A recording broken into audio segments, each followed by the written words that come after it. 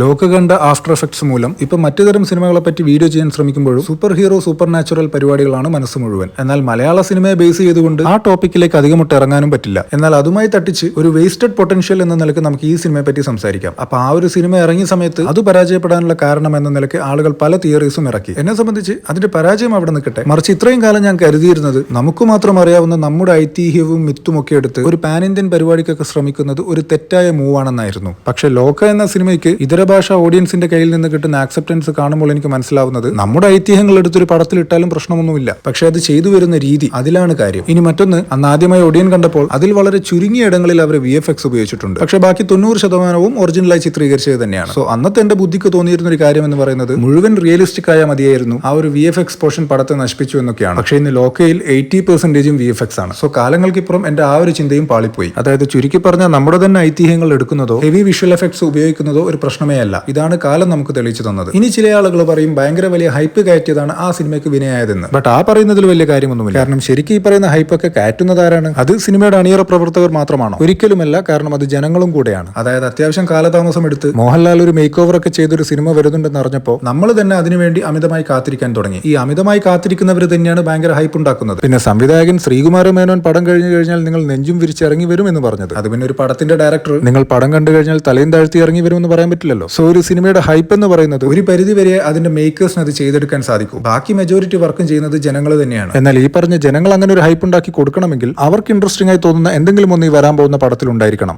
ഈ പടത്തിൽ അത് മോഹൻലാലിന്റെ മേക്ക് ഓവറും ഒടിയൻ കൺസെപ്റ്റുമായിരുന്നു. സോ അൾട്ടിമേറ്റ്ലി അത്രയും ഹൈപ്പ് ഉണ്ടാക്കിയെടുത്തത് നമ്മൾ പ്രേക്ഷകർ തന്നെയാണ്. അപ്പോൾ ഹൈപ്പ് കാരണമാണ് പടം പാളിയതെന്ന് പറയുന്നതിൽ വലിയ അർത്ഥമൊന്നുമില്ല. ഇനി അവസാനമായി ഈ പടം എന്തുകൊണ്ട് വർക്കൗട്ട് ആയില്ല എന്ന് എന്നോട് ചോദിച്ചാൽ, ഈ പടം കാണുമ്പോൾ നമുക്ക് മനസ്സിലേക്ക് വരുന്നത് ഒരു പഴയ ഒരു സത്യനന്ദിക്കാട് സിനിമ, അതിൽ കുറച്ച് സിബി മലയിൽ എലമെന്റ്, അതിന്റെ മേലെ വിനയന്റെ കുറച്ച് സൂപ്പർ നാച്ചുറൽ പരിപാടികൾ, ഇതായിരുന്നു ആ സിനിമ. എന്ന് വെച്ചാൽ ഇതേ സാധനം ഒരു 1991 ഇറങ്ങിയിരുന്നെങ്കിൽ ഒരു പക്ഷേ വർക്കൗട്ട് ആയനെ. പക്ഷേ 2018 ഓഡിയൻസിന് അത് പോരായിരുന്നു. മറ്റൊരു സക്സസ്ഫുൾ എക്സാമ്പിൾ നോക്കിയാൽ 90കളിലും മോഹൻലാലിന്റേതായ ആക്ഷൻ സിനിമകൾ ഇറങ്ങിയിട്ടുണ്ട്. അതുപോലെ ഒരു സാധാ ആക്ഷൻ സിനിമ തന്നെയായിരുന്നു പുലിമുരുകൻ. അധികം വിദ്യാഭ്യാസമൊന്നുമില്ലാത്തൊരു ചേട്ടന്റെ വിദ്യാഭ്യാസമുള്ള ഒരു അനിയൻ പട്ടണത്തിലൊരു കമ്പനിയിൽ ജോലിക്ക് പോകുന്നതും എന്നാൽ അവിടെ നടക്കുന്ന ഇല്ലീഗൽ ആക്ടിവിറ്റീസ് മനസ്സിലാക്കി അയാളെ വില്ലന്മാർ ട്രാപ്പ് ചെയ്യുന്നതും അയാളെ രക്ഷിക്കാൻ ചേട്ടൻ പോകുന്നതുമാണ് സിനിമയുടെ കഥ. പക്ഷേ ഇതിലേക്ക് അവർ ഒരു പുതിയ എലമെന്റ് കൂടി ആഡ് ചെയ്തു. ആ എലമെന്റ് മൂലം നായകന്റെ കംപ്ലീറ്റ് ബാക്ക്ഗ്രൗണ്ട് മാറി നാട്ടിൽ നിന്ന് കാട്ടിലെത്തി മനുഷ്യന്മാരായ വില്ലന്മാർക്കപ്പുറം അതിൽ പുലി വരുന്നു, പുലിയുമായുള്ള ഫൈറ്റ് വരുന്നു. അങ്ങനെ 2016 ആളുകൾ ഒരു പുതിയ സിനിമ കാണുമ്പോൾ സ്ഥിരം ആക്ഷൻ സിനിമകളിൽ നിന്ന് എന്തെങ്കിലും ഒന്ന് പുതുതായി ആ പടത്തിൽ ഉണ്ടായിരുന്നു. അത് വളരെ ഭംഗിയായി നല്ല ഫാസ്റ്റ് പേസിൽ അവർ കാണിക്കുകയും ചെയ്തു. അങ്ങനെ ഒരു എലമെന്റ് നമ്മൾ നേരത്തെ പറഞ്ഞ പടത്തിലും ഉണ്ടായിരുന്നു, അതായത് ഒടിയൻ പരിപാടികൾ തന്നെ. എന്നാൽ അതിനെ ഭംഗിയായി ആളുകൾക്ക് ഇൻട്രസ്റ്റ് ജനിപ്പിക്കുന്ന രീതിയിൽ കാണിക്കുന്നതിൽ അവർ പരാജയപ്പെടുകയാണ് ഉണ്ടായത്.